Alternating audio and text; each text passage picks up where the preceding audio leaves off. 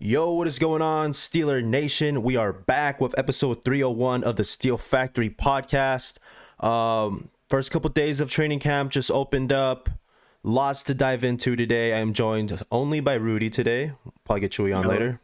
what's up, guys? What's up? This is exciting stuff. A lot of stuff has happened, not just with the Steelers, with us. Let's go into life updates really quick. I'll be moving to Pittsburgh on Monday. We're recording this Saturday morning. Monday night I ship out. Yeah, I'm gonna be boots on the ground for a lot of stuff. Got a lot of planned. It's not for the podcast. I have I'm furthering my career as well personally. But yeah, I'm glad I get to do it in Pittsburgh because I love nothing more than the Steelers.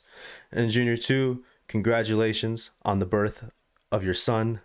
This is exciting times for these set of cousins, dude. But yeah, enough of that. The Steelers are more important. Wait, what'd you say? Sick what?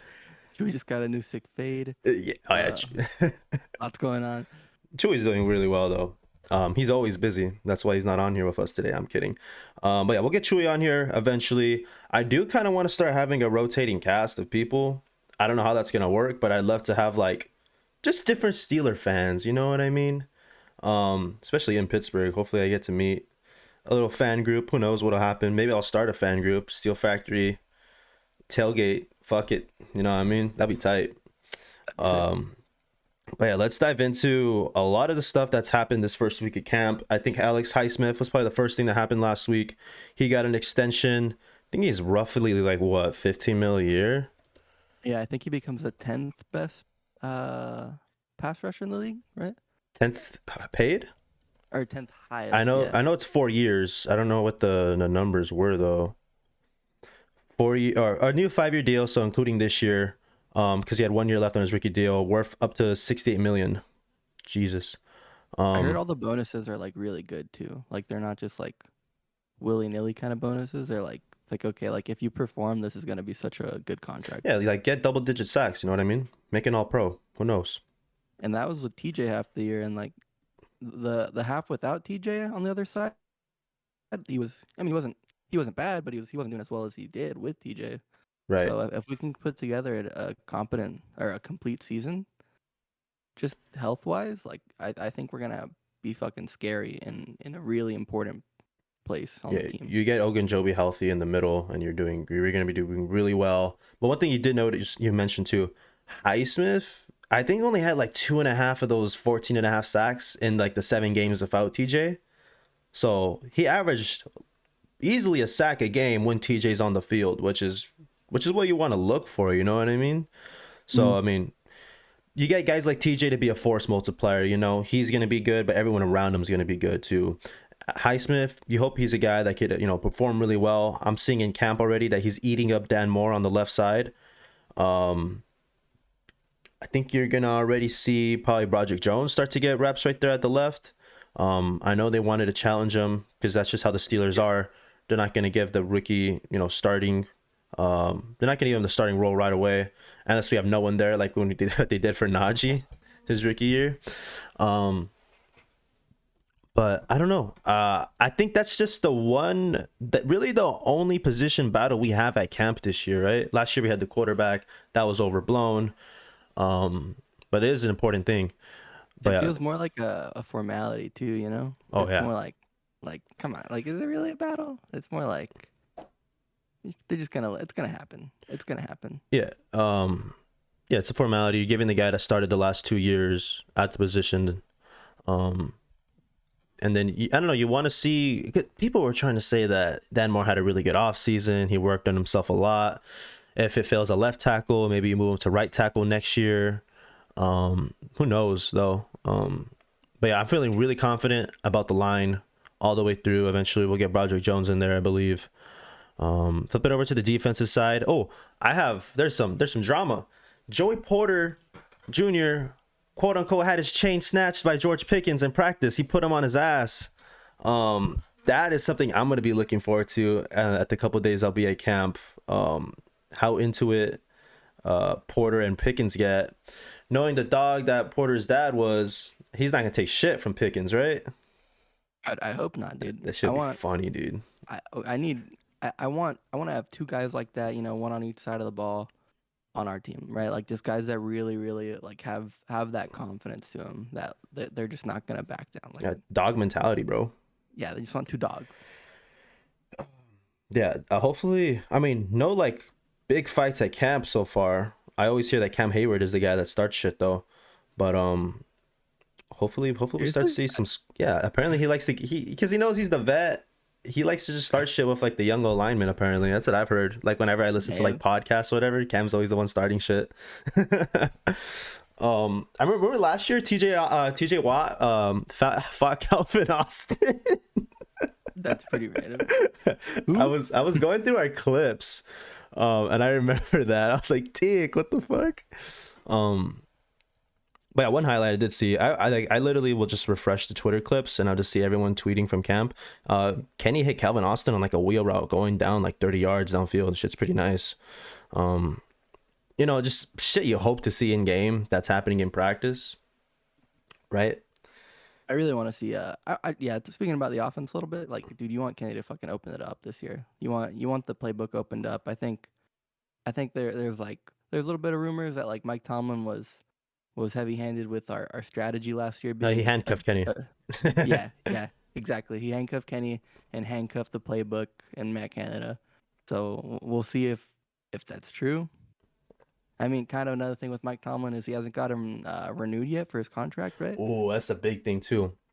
They never let him get down to 1 year on his deal. He'll get down to 1 year after this year. We'll see what happens. So if anything, this is Tomlin on a 1 year deal, right? Because this is as close. Yeah, they'll let him. They never let him get down to 1 year. This is the first time he's gonna get down to a 1 year deal. Hopefully, puts a fire in his ass. Maybe they just don't know how long he wants to play yet, and he wants to feel the year out. But as far as like reports or interviews Tomlin does, he looks like he's all into it, dude. Like he lives and breathes this shit. He says shit like, "I embrace the heat. Like it's fucking 90 degrees out there, and dude's wearing a black long sleeve. Like he lives for this shit, and that's inspiring. I'm glad our coach is still in it." Imagine doing his laundry. Fuck. Fuck that. Oh my god, I had another thought. Oh, did you see Matt Canada signed a toilet? Yeah. Bro, what's the most random shit that you could see get signed? Last year we saw George Pickens sign a black Air Force One. This year some guy said, "Have you ever signed a toilet seat before?" And Matt Canada signed that shit. Apparently it was Steelers U. I think I follow that Instagram account. That shit is funny, dude. Yeah, What should we take to camp to get signed? it's the most random thing I could take. Dude, first of all, I feel weird being an adult asking for signatures. autographs? Yeah, like I wish my little brother was there with me. I don't know. Maybe that goes back to like, do you buy jerseys for guys that are younger than you? I personally don't care. I'm gonna get a Joey Porter jersey. Yeah, I don't really care. I think I'm not gonna let the team pass me by like that, you know. Pass me by like that, dick. These Well, young guns, huh? whose jerseys do I have left at this point? Hayward? Fuck, nah, dick. TJ. Is TJ older than me? Yeah, dude. TJ's late 20s already. He's been in the league for like 7 years, dude. This might be. This is year 6 or 7? 7, I think. 28. All right, I'll take it. Who else? Allen I already have a Robinson, pick- wait, Deontay. I already have a Pickens jersey though. That's true, huh? Oh yeah, he's younger than you. How old's Deontay? Can I get a Deontay jersey? He's 27. Yeah. We already touched on both sides of the ball, really, right? Went into the Mike Tomlin. Oh yeah, we could talk about how we're continuing to spend a lot of money on defense, basically zigging while everyone else is zagging. You know what I mean? This was the hot topic when Alex Highsmith did sign his contract, because everyone was saying, do you give him that much money? But really, at the end of the day, it just goes back to we have a quarterback on a rookie deal, right? Yeah, I think this is kind of the playbook for any quarterback on a rookie deal, right? You need to spend money on the other side of the ball to make sure that the defense isn't a liability and that the game isn't put solely on someone that is inherently inexperienced, right? You know, you need like a real generational talent to get that team that far. Mm-hmm. And if you just do it on one side of the ball, like it's just not going to work. Like look at the Bengals, right? Like the Bengals, they have a really good defense, and that's mainly due to their coordinator. And this is the first year that they're letting a lot of their defensive guys kind of like go. A lot of the talent on the defensive side is leaving, and they're gonna have to pay fucking Burrow's due any day, right? Even though he Burrow's due any day, has a even though he calf hurt his injury. calf. Yep. So I'm not worried about like zigging when everyone else is zagging or zagging when everyone else is zigging. Like, is it gonna work for us? Is kind of the bigger concern, Oh, so right? it's about what we do at the end of the day. You know what I mean? Like, Yeah, I mean, yeah, that's such a Tomlinism, like nameless great faces. It's about what we yeah. do. Um, I think I like thinking about it like this. Is like last year we had a tough schedule and we were a 9-8 team, right? yeah, That's kind of weird not saying 9-7. We were a 9-8 team, and I think our schedule got easier and our team got better. And we're we're just gonna see progress, right? Like we have to see progress. It's just undeniable. right. Um, but what I wanted to take this conversation into is, I think we saw Cole Kmet get a decent contract for being an average tight end, and with Highsmith getting paid, the next guys due are Najee and Fryermuth next year for contracts. I'm assuming we'll probably just end up giving Najee the 5th-year option, and then you maybe worry about his contract later. I don't. The whole running back thing is fucking sticky. It's crazy. As much as I like Najee, you don't pay running backs. And I love Fryermuth even more, but it makes me scared how much money he's gonna want to demand with a guy like Cole Kmet getting how much? Let me get. Four I'm years, working on 50 these million. numbers. 4 years, 50 million. Uh, that's kind of crazy. Where does that rank him in tight ends? Does this say anywhere? Oh, I'm not sure. I think it was 32 million guaranteed. I think my problem with Fryermuth is, dude, he's had a lot of concussions, 3 in 2 years, right? Yeah. like a lot. Yeah, and they get easier to get after you rack them up a little bit, right? Mm-hmm. So I obviously never want to see someone get concussed, but like first of all, it means there's a good chance if he does get concussed, it's gonna be bad, and he's gonna miss the next game, Yeah, or he like might miss I think games, this year he started missing the next game after. I think he got a yeah. concussion in the Bills game, then missed the Bucks game the week after. Or then what if he has to like retire? And then I guess if he retires because of concussions, doesn't really matter because the money's kind of moot at that point. It goes away essentially. Mm-hmm. So that, I mean, that would be my only hang up with Fryermuth. Because the talent is, it's there. He's good. Yeah. He's a good tight end. He's a good tight end, right? Like he's It also helps too that we have so many. We have two other tight ends, and Darnell Washington and who's the other guy, Gentry, that are so good at blocking, and it really opens up Fryermuth for the pass. You know what I mean? yeah, He's never really yeah. had to worry about his blocking. Yeah, because that's one thing too. Like they'll say he's not the best blocker. So I mean, Fryermuth is good, but there's definitely like hang ups there, and that's a lot of money to be spending. Oh yeah. And I think it's just gonna be a timing thing too. Like we're eventually we're gonna, if Kenny does end up being the guy, and I think there's a solid chance.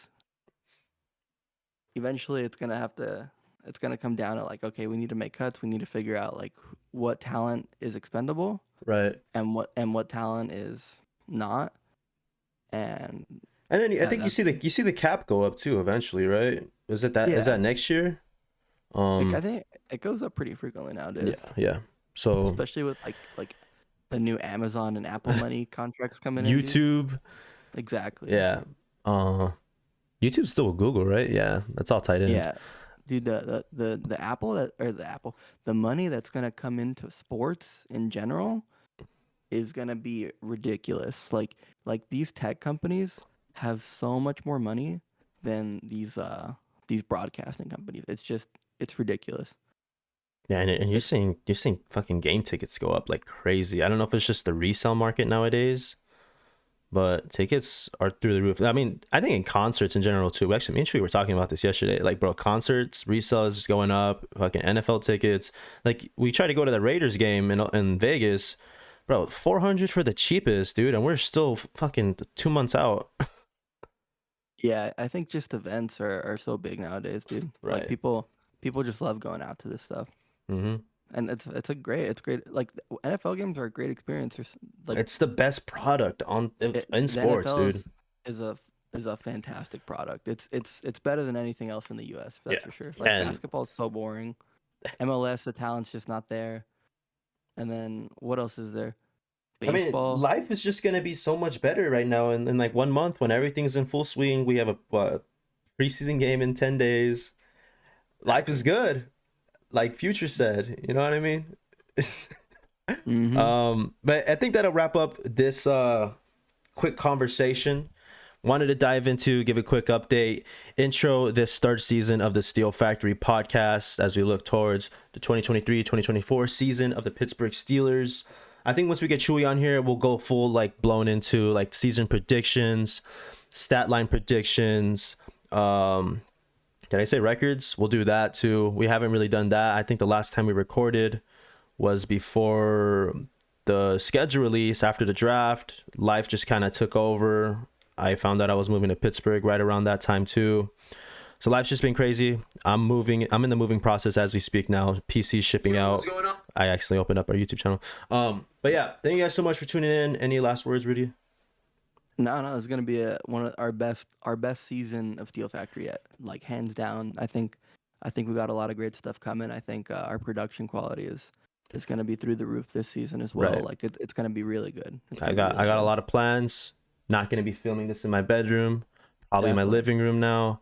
A lot of content. I want to do so much stuff while I'm at games. A lot of Um. different kind of stuff, Oh dude. right, Yeah, yeah. that like game day stuff, like actual game day vlogs kind of stuff. Like that's the kind of stuff we really want to get to you guys, like boots on ground sort of stuff. Being Exactly like we're involved talking in the about. community. You know what I Mm-hmm. mean? Like this is a Pittsburgh. This is a Steeler focused channel, but it's We're gonna gonna still. dive into Pittsburgh for you guys. Yeah, yeah. Also, too, I really want to like record my experience because yeah, this is a crazy time for me. I'm moving out of my hometown. I'm going to a city across the country, and I want to capture that moment as well. All these moments. So yeah, should be tight. Thank you guys for sticking with us in this 2 month hiatus. Also, to a lot of new viewers that came out since the draft as well. Thank you guys. We're like at 400 subs. Crazy. We hit 200 the day of the draft. And we didn't we uploaded one video since. But yeah, thank you guys for everything. Peace out till next time.